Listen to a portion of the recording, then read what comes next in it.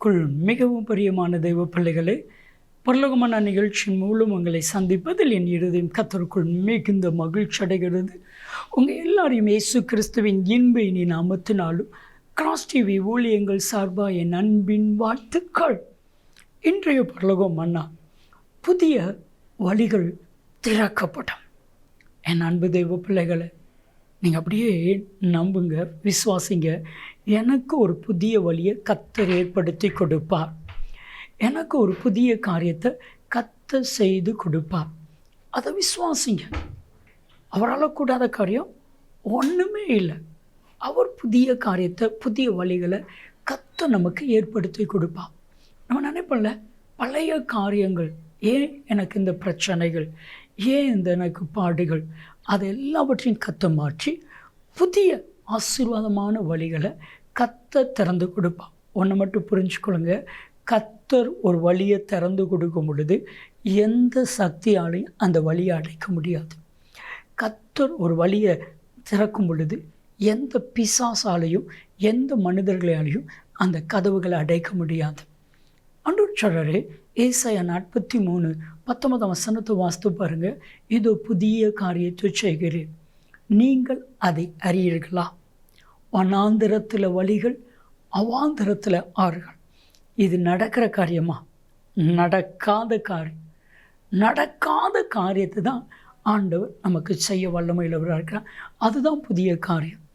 So அப்போ பழைய காரியத்தை குறித்து யோசிக்காதீங்க. ஏன் எனக்கு இது நடந்துச்சு? ஆண்டவர் பார்த்துக்கொள்வார் நன்மைக்காக. ஏன் இந்த பிரச்சனைகளை நான் சந்தித்தேன்? அதில் ஏதோ ஒரு காரியத்தை கர்த்தர் உங்களுக்கு கற்றுக் கொடுப்பதற்காக,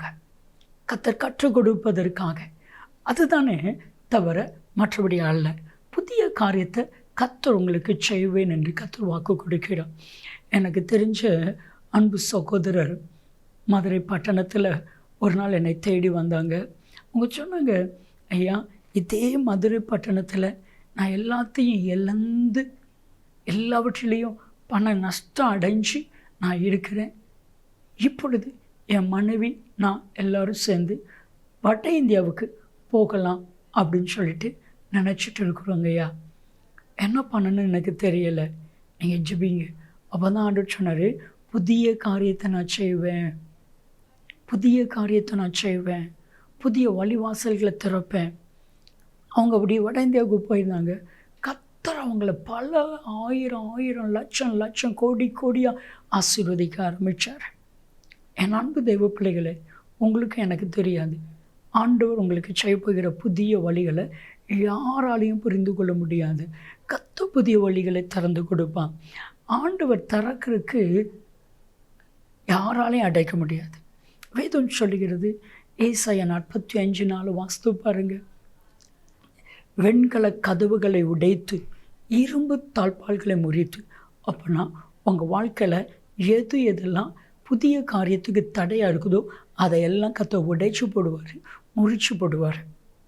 வெளிப்படுத்தல் 3:8 திறந்த வாசலை உனக்கு முன்பாக வைக்கிறேன், ஒருவனும் அதை பூட்ட முடியாது.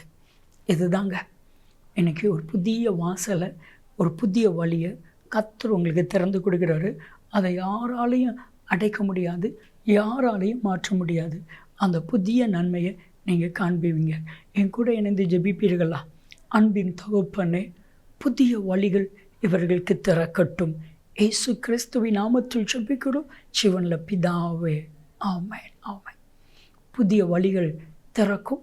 நன்மையும் கிருபையும் ஆசீர்வாதங்களும் நிச்சயமாக உங்களை தொடரும்.